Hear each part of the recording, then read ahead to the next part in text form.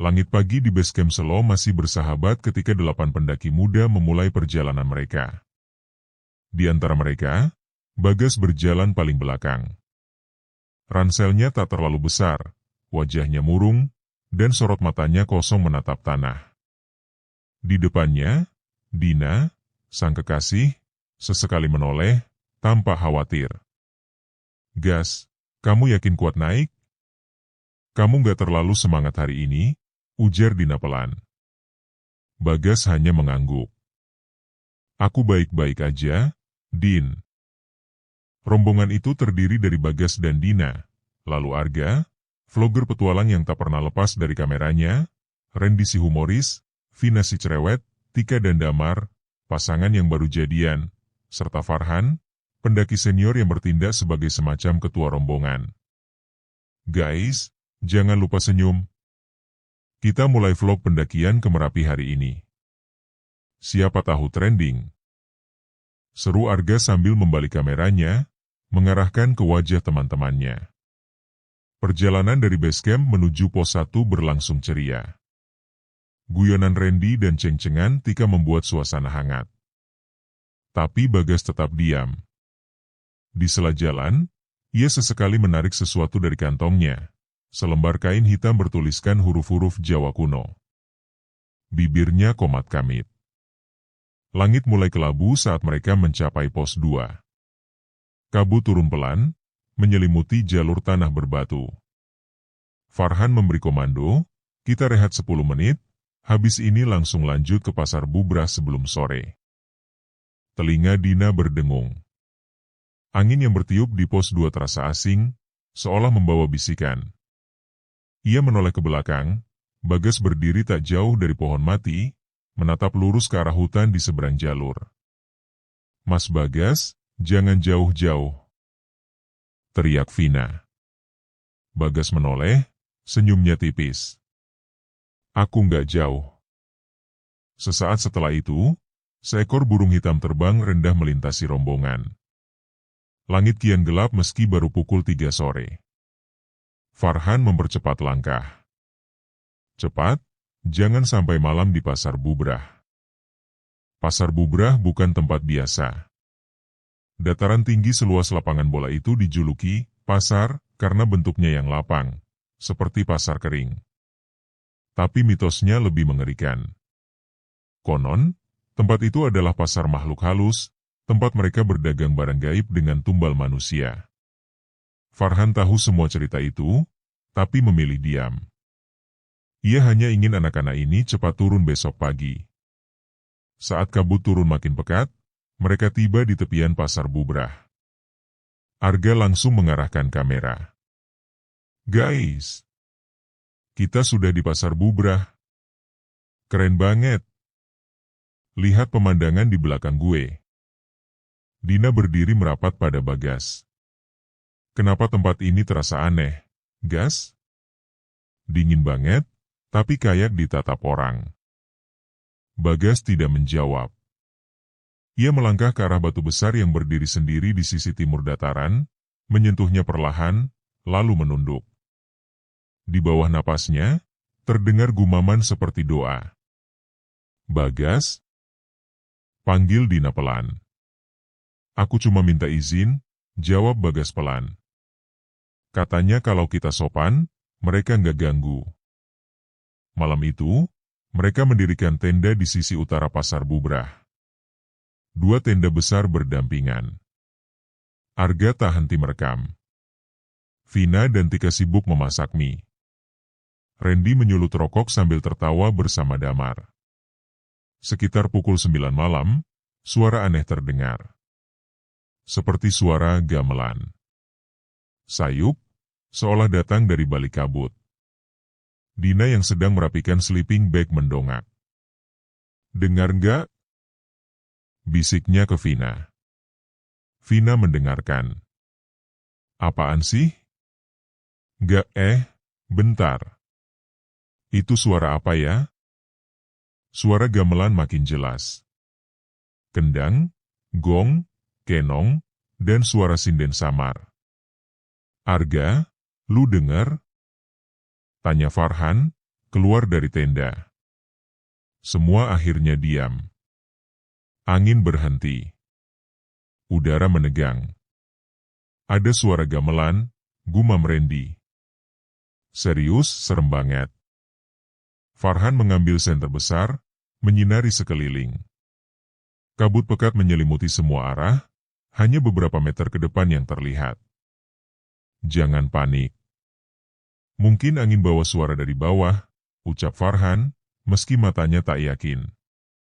Arga menyeringai, ini konten gila sih, fix viral. Farhan mengingatkan, jangan macam-macam. Kalau dengar gamelan, jangan sahut. Semua kembali ke tenda dengan perasaan tak enak. Tapi malam belum selesai. Pukul 1 dini hari, Dina terbangun. Ia mendengar suara langkah. Lalu resleting tenda terbuka pelan. Ia mengintip keluar. Randy berdiri sendiri di luar tenda. Pandangannya kosong ke arah tengah pasar bubrah. Ren, kamu ngapain? Tanya Dina pelan. Randy tidak menjawab. Ia melangkah perlahan ke arah batu besar yang tadi disentuh Bagas. Dina ragu. Ia membangunkan Bagas. Tapi tempat Bagas tidur sudah kosong. Bagas? Panggilnya. Tak ada jawaban. Randy terus berjalan ke tengah kabut. Dina berdiri, hendak mengejar, tapi saat ia keluar tenda, suara gamelan terdengar lagi, kali ini lebih keras. Udara di sekitarnya dingin menggigit. Dan tiba-tiba, Randy menghilang. Dina berlari ke tempat terakhir Randy terlihat, hanya mendapati bekas jejak kaki yang berhenti begitu saja. Bagas muncul dari balik batu besar, wajahnya pucat tapi senyumnya aneh. Sudah 1, gumamnya. Dina menatapnya ngeri. Apa maksudmu? Bagas tak menjawab. Ia melangkah kembali ke tenda. Kabut menyelimuti sekeliling. Gamelan berhenti seperti dipotong pisau. Dan malam kembali hening. Tapi pasar bubrah telah mengambil yang pertama. Pagi datang tanpa matahari. Kabut putih masih menggulung di atas pasar bubrah, seolah enggan pergi. Embun membasahi tenda dan baju para pendaki yang mulai keluar satu persatu. Tapi satu hal ganjil langsung terasa. Ren di mana? Tanya Vina yang baru selesai cuci muka dengan air botol. Semua saling memandang. Dina pucat. Ia hendak bicara, tapi Bagas lebih dulu angkat suara. Tenang, bahkan terlalu tenang. Tadi malam dia keluar tenda. Katanya kebelet pipis. Nggak balik-balik. Farhan langsung serius. Kapan terakhir dilihat? Sekitar jam 1-an, jawab Dina pelan. Arga yang setengah mengantuk langsung berseru, ini gila. Jangan-jangan kemarin dia jalan ke arah tengah? Damar menimpali, lu serius? Tengah pasar bubrah itu angker banget, bro. Tanpa banyak bicara, Farhan langsung menyuruh semua bersiap. Ia bawa peluit, senter, dan kompas. Kita cari dia dulu sebelum matahari tinggi. Kalau jam 10 belum ketemu, kita turun. Mereka berjalan menyisir sekitaran batu besar di tengah pasar bubrah. Tempat terakhir Dina melihat Randy berdiri. Tapi tak ada jejak. Tak ada tanda perlawanan. Tak ada satupun barang tertinggal. Bahkan, tanahnya pun seolah tak pernah dipijak. Kayak ditelan bumi, gumam Farhan. Di tengah pencarian, Bagas kembali berdiri di depan batu besar. Ia menyentuhnya lagi, lalu berbisik. 1 tumbal sudah kuantarkan. 3 lagi malam ini. Dina melihat dari kejauhan. Wajahnya mulai ketakutan. Bagas tak lagi seperti kekasihnya. Tatapannya hampa. Senyumnya sering muncul tanpa sebab. Dan sejak kemarin, Ia sering berbicara sendiri. Mas. Bagas, kamu kenapa? Bisiknya saat mendekat. Bagas menoleh, suaranya pelan, nyaris tanpa emosi. Tenang saja, Din. Kamu aman. Kamu gak akan jadi tumbal. Aku yang minta mereka pilih orang lain. Mereka? Dina gemetar. Siapa mereka? Bagas hanya menatap kabut. Lalu tersenyum. Sementara itu, rombongan lain menyerah mencari. Farhan memutuskan untuk mengirim sinyal darurat lewat HT yang dibawa. Tapi tak ada jaringan. Tidak ada suara balasan. Seolah HT itu mati total. Arga mulai panik. Kita harus turun sekarang. Gua yakin Randy jatuh atau semacamnya. Farhan tetap tenang. Kita turun sore, lewat jalur cepat. Tapi jangan pisah-pisah. Hari berjalan berat. Tidak ada yang punya selera makan. Vina menangis pelan di dalam tenda. Tika dan Damar saling berpelukan dengan wajah pucat. Farhan berjaga di luar. Hanya Bagas yang tampak tenang. Ia bahkan seperti menunggu sesuatu. Dan benar saja. Malam datang lebih cepat. Jam 6 sore, kabut sudah setebal kain putih.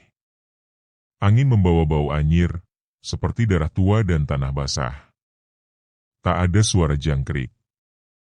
Hutan seakan diam. Kosong. Saat jam menunjukkan pukul 9 malam, suara gamelan kembali terdengar. Kali ini lebih keras. Lebih nyata. Seolah hanya beberapa meter dari tenda. Din. Din. Itu suara dari arah barat, teriak Arga dari dalam tenda. Dina menutup telinganya. Tapi suara itu menembus segalanya. Suara sinden kini terdengar jelas, menyanyikan lirik tak dikenal, bahasa Jawa kuno, mungkin. Nafasnya tercekat. Telinganya berdarah. Tiba-tiba, Tika menjerit. Damar. Dia jalan keluar. Semua menoleh ke tenda sebelah. Damar melangkah seperti mayat hidup, menembus kabut, menuju batu besar di tengah. Farhan mengejarnya. Tapi jejak Damar tiba-tiba hilang. Hanya satu sandal kirinya yang tertinggal. Ini gila, teriak Farhan. Ia menyorotkan senter ke segala arah. Tapi Damar telah lenyap. Sudah dua, bisik Bagas lirih di balik kabut. Dina mendengarnya. Ia menatap Bagas, penuh air mata. Kamu yang melakukan ini? Bagas hanya menunduk. Mereka janji bantu aku, kalau aku kasih 4 tumbal. Biar hidupku gak miskin selamanya. Aku capek jadi pecundang, Din. Aku capek dihina. Dina mundur, tubuhnya gemetar. Kamu gila, kamu tumbalin teman-teman sendiri? Bukan aku yang bunuh mereka. Mereka yang ambil. Aku cuma buka pintunya. Tangis Dina pecah. Tapi malam belum selesai. Jam 1 dini hari, suara gong menggema keras, membuat tenda-tenda berguncang. Vina pingsan. Arga muntah darah. Farhan, dalam panik, membaca doa keras-keras, tapi tak ada yang membantu. Bagas berdiri lagi di depan batu besar. Ia membuka lipatan kain hitam yang selalu disimpan di saku. Menaruhnya di atas batu. Dan seperti sebelumnya, suara gamelan langsung berhenti. Mereka puas, katanya. Tapi belum selesai. Satu lagi. Dina menarik lengan Bagas. Kamu berhenti. Kamu udah gila. Bagas memandangnya, mata merah. Kamu gak ngerti, Din? Kalau 4 tumbal terkumpul, aku bisa minta apa aja. Uang. Nama. Hidup baru. Dina menampar Bagas. Kamu manusia paling kejam. Bagas tak bergeming. Malam itu, tenda tak lagi jadi tempat aman. Semua terjaga.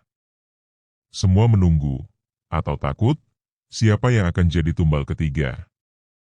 Malam terus bergulir di atas ketinggian, tapi tak seperti malam biasa. Pasar Bubrah kini tak lagi diam. Angin membawa bisikan, sesekali terdengar seperti jeritan tertahan dari balik kabut. Di tenda utama, hanya tersisa 5 orang.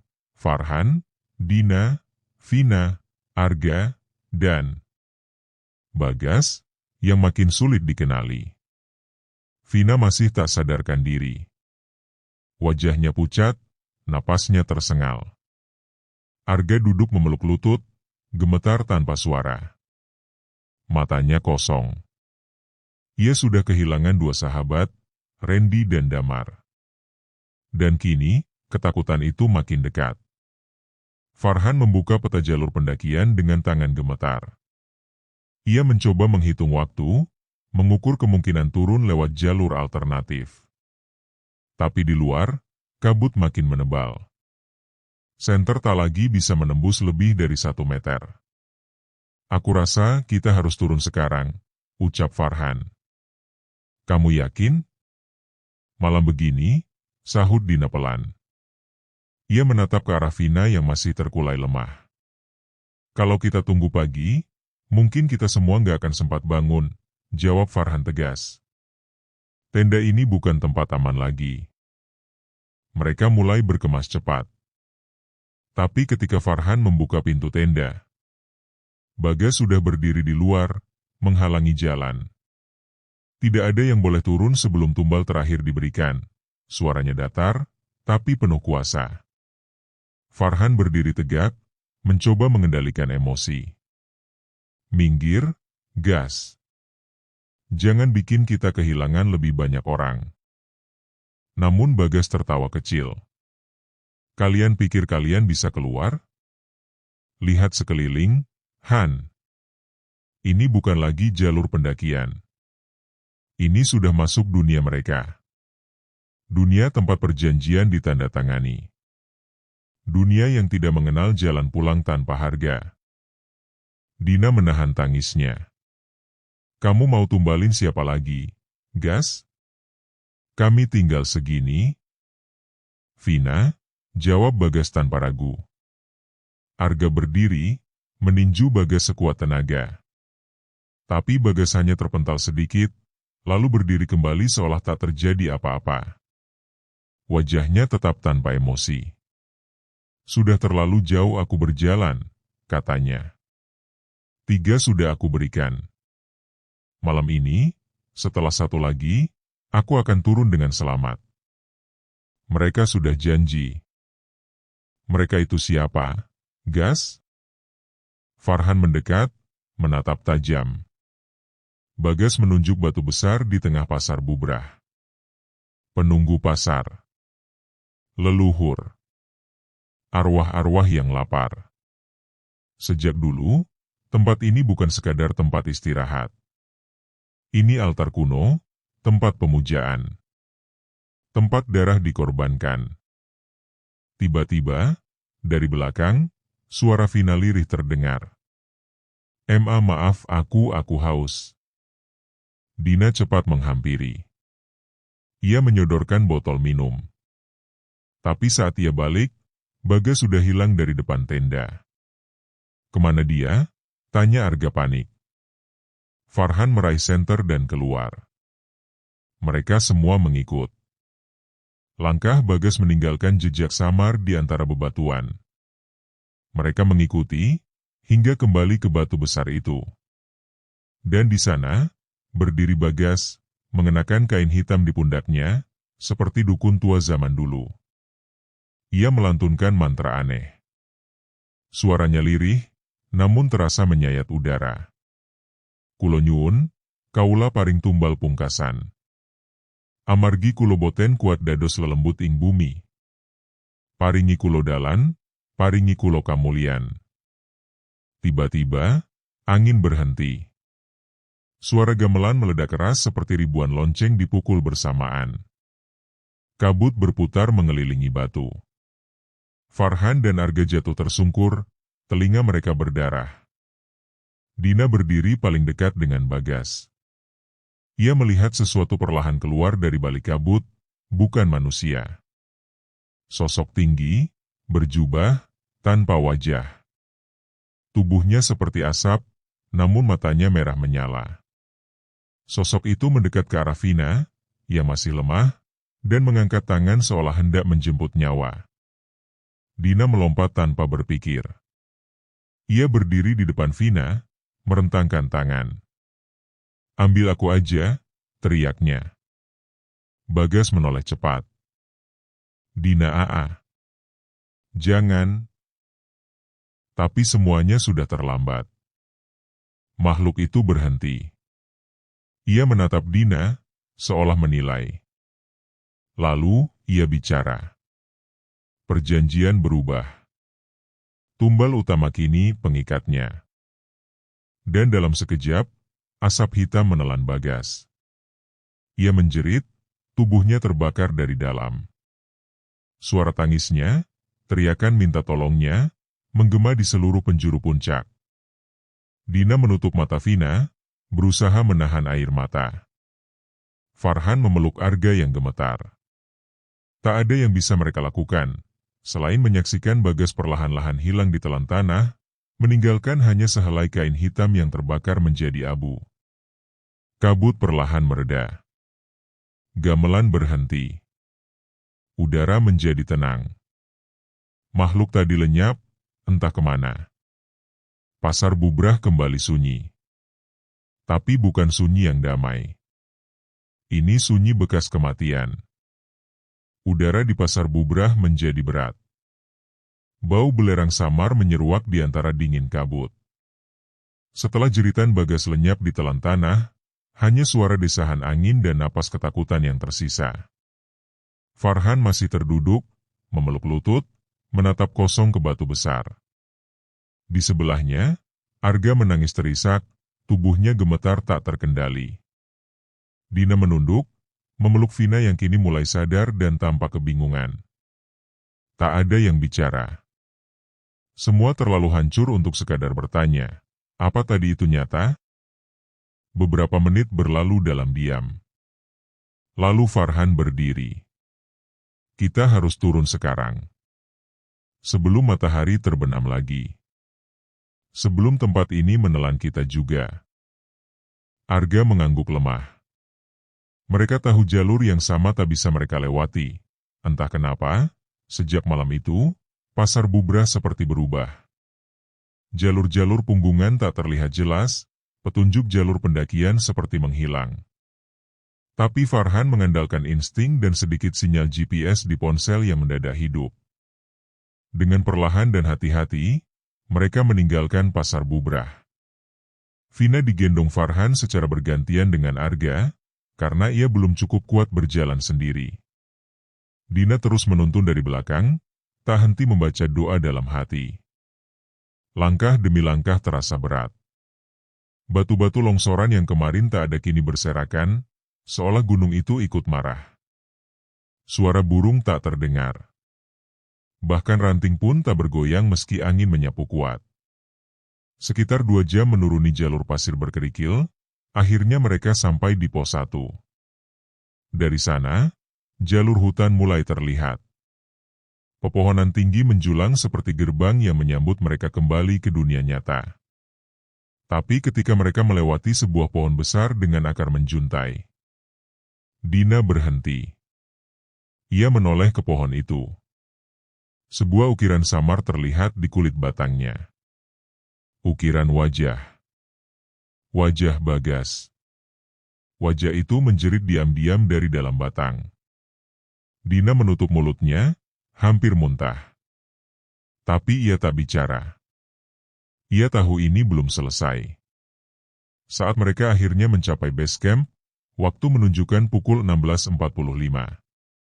Mereka disambut pengelola dan beberapa pendaki baru yang hendak naik esok hari. Ketika ditanya, Mereka hanya menjawab singkat, "Teman kami jatuh di jalur, nggak selamat." Tak ada yang sanggup menjelaskan yang sebenarnya. Pihak Basecamp menelepon relawan dan tim SAR. Proses evakuasi mayat Damar dan Randy segera dijadwalkan. Tapi ketika tim SAR menyusuri jalur yang mereka lalui, mereka tak menemukan tubuh siapapun. Tidak ada jasad. Tidak ada sisa tenda. Tidak ada kain hitam. Bahkan batu besar di Pasar Bubrah yang mereka ingat, tidak ada. "Di mana batu yang kalian maksud?" tanya salah satu relawan, bingung. Pasar Bubrah cuma lapangan datar. Gak ada batu besar di tengah. Sejak dulu juga begitu. Farhan, Dina, dan Arga saling tatap. Vina hanya menunduk, memeluk lututnya. "Jadi, kami lihat apa?" gumam Arga lirih.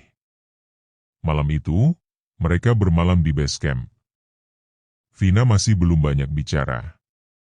Sementara Arga terus memeluk kitab kecil yang ia temukan di dalam saku jaket Bagas sebelum hilang. Buku catatan kecil yang rupanya milik Bagas sendiri. Isinya, catatan pesugihan. Bagas menulis detail tentang ritual yang harus dilakukan di Pasar Bubrah. Tumbal pertama sebelum mencapai pos 3. Tumbal kedua di pos bayangan. Tumbal ketiga saat malam purnama. Dan tumbal terakhir di atas batu altar, saat kabut tertutup penuh dan suara gamelan terdengar 3 kali. Tulisan tangan itu makin kacau di halaman-halaman akhir. Seperti ditulis dengan tergesa, atau dalam keadaan kerasukan. Salah satu kalimat terakhir tertulis, "Aku sudah lihat mereka datang. Mereka bentuknya asap. Mataku panas. Tapi aku tahu, uang itu akan datang kalau ritual lengkap. Aku hanya perlu serahkan satu orang lagi. Siapapun." Arga menutup buku itu. Dia udah jauh banget melangkah. Farhan hanya menatap jendela. "Aku pikir selama ini kita cuma naik gunung. Tapi ternyata kita masuk ke dunia yang gak bisa dilogika. Dan Bagas bayar harga itu," bisik Dina pelan. 3 hari setelah kejadian itu, mereka pulang ke kota masing-masing. Tapi hidup mereka tak pernah sama lagi. Arga berhenti naik gunung. Ia kembali ke rumah, mulai rajin salat, dan memilih jadi relawan lingkungan di desanya. Ia juga memutuskan tak bicara lagi tentang Pasar Bubrah kepada siapapun. Vina sempat dibawa ke psikolog.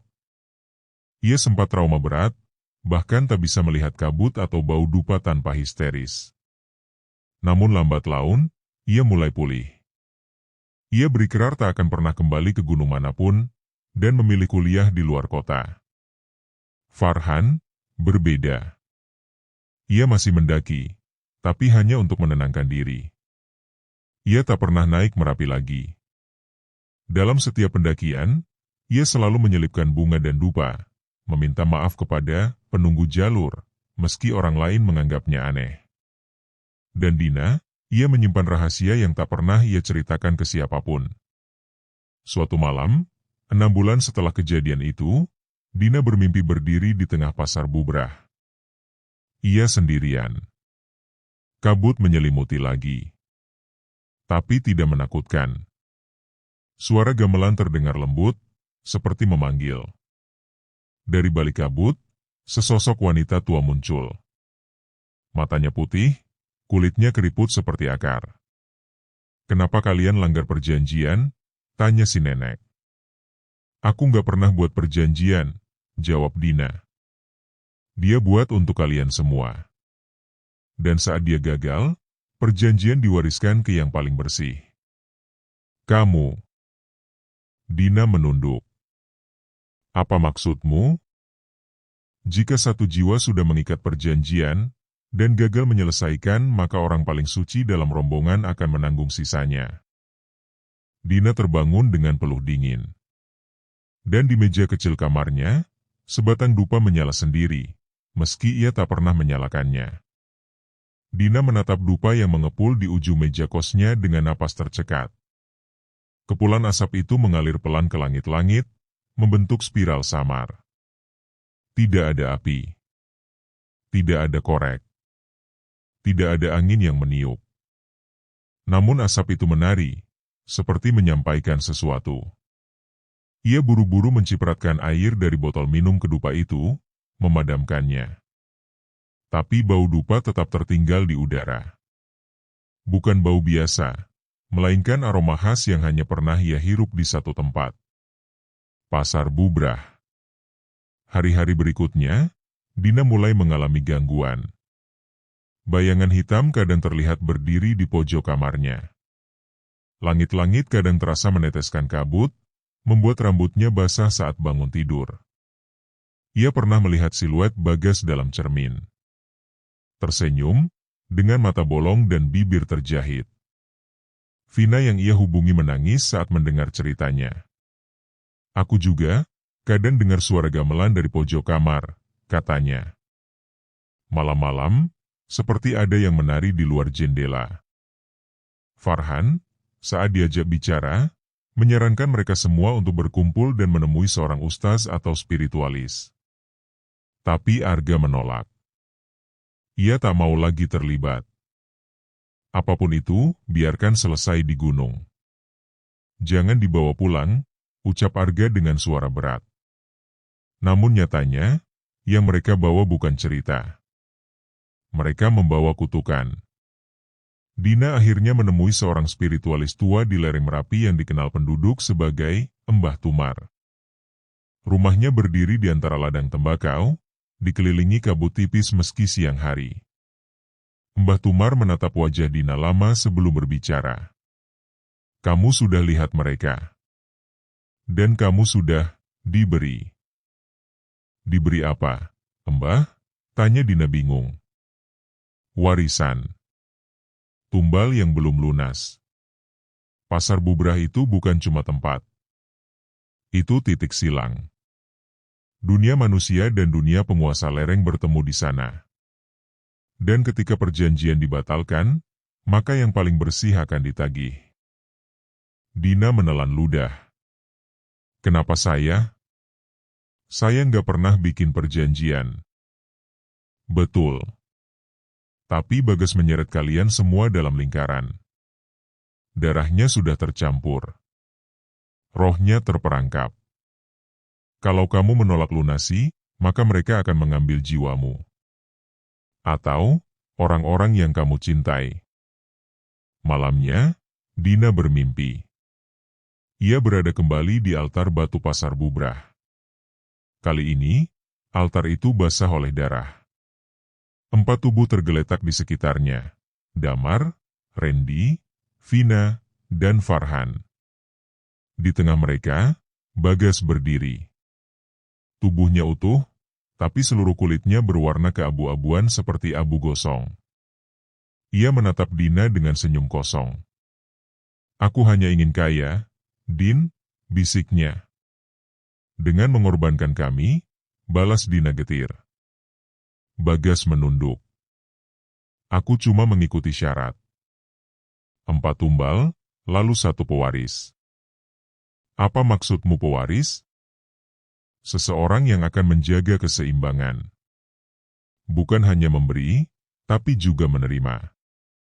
Dari belakang Bagas, suara gamelan terdengar. Lalu muncul sosok perempuan tua berkebaya putih, berdiri di atas kabut. Jika kamu tak mau menerima warisan ini, ucapnya dengan suara bergema, maka jiwa-jiwa yang selamat akan kami panggil satu persatu. Tiba-tiba tubuh Farhan di lantai kejang. Damar berdarah dari mata. Vina melolong. Berhenti, teriak Dina. Apa yang harus saya lakukan? Datang lagi. Bawa sesuatu. Bawa sesajen. Dan, kembalikan darah yang telah dikorbankan, jawab sang nenek. Dina terbangun dengan peluh dingin dan darah menetes dari hidung. Dina tahu, satu-satunya jalan untuk memutus rantai ini adalah kembali ke gunung itu. Maka ia menghubungi Farhan dan Vina. Dengan berat, mereka setuju. Mereka membawa bunga 7 rupa, ayam cemani mati yang dibeli dari pasar gelap, dan kain mori putih.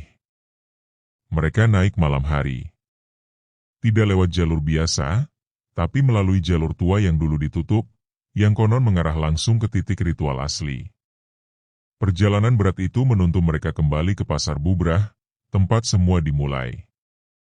Namun kini tempat itu berbeda. Lebih sunyi. Tak ada pendaki. Tak ada tenda. Hanya suara angin dan kabut tebal. Mereka letakkan sesajen di atas batu yang sebelumnya tak pernah ditemukan tim SAR. Batu itu kini muncul, seperti menunggu. Dina membaca doa. Vina menaburkan bunga. Farhan meneteskan darah ayam ke tanah. Dan lalu, kabut membentuk wajah-wajah. Tubuh-tubuh seperti asap mulai menari. Gamelan berdentang. Dan Bagas muncul, berlutut, dengan mata penuh air mata. Maafkan aku, ucapnya. Aku hanya ingin keluar dari kemiskinan. Dina mendekat. Ia menaruh tangan di dada Bagas. Aku ampuni kamu. Tapi aku gak akan jadi kamu. Bagas menangis. Lalu tubuhnya mulai menghitam, mengering, dan pecah seperti abu yang tertiup angin. Satu persatu bayangan menari pun lenyap. Kabut mencair. Suara gamelan memudar. Dan batu altar retak menjadi dua, lalu runtuh seperti hancur oleh waktu. Beberapa bulan setelah ritual itu, kehidupan mulai tenang. Farhan menikah dan membuka warung pendaki kecil di lereng gunung lain. Vina melanjutkan kuliah dan rajin ikut kelompok kajian. Arga, meski tak pernah kembali bicara soal kejadian itu, mengirim pesan singkat ke Dina, aku doakan kamu. Kamu yang paling kuat di antara kami. Dan Dina, akhirnya bisa tidur tanpa dupa menyala sendiri. Namun suatu sore, saat ia duduk di beranda rumahnya, seekor burung hitam jatuh di depannya. Paruhnya sobek. Sayapnya patah. Dina menatapnya dalam diam. Lalu di telinganya, samar-samar, suara gamelan terdengar lagi. Sekilas. Hanya sebentar. Ia menatap langit. Senja di atas Merapi membentuk siluet yang mengerikan. Pasar Bubrah tak pernah kenyang. Ia hanya menunggu.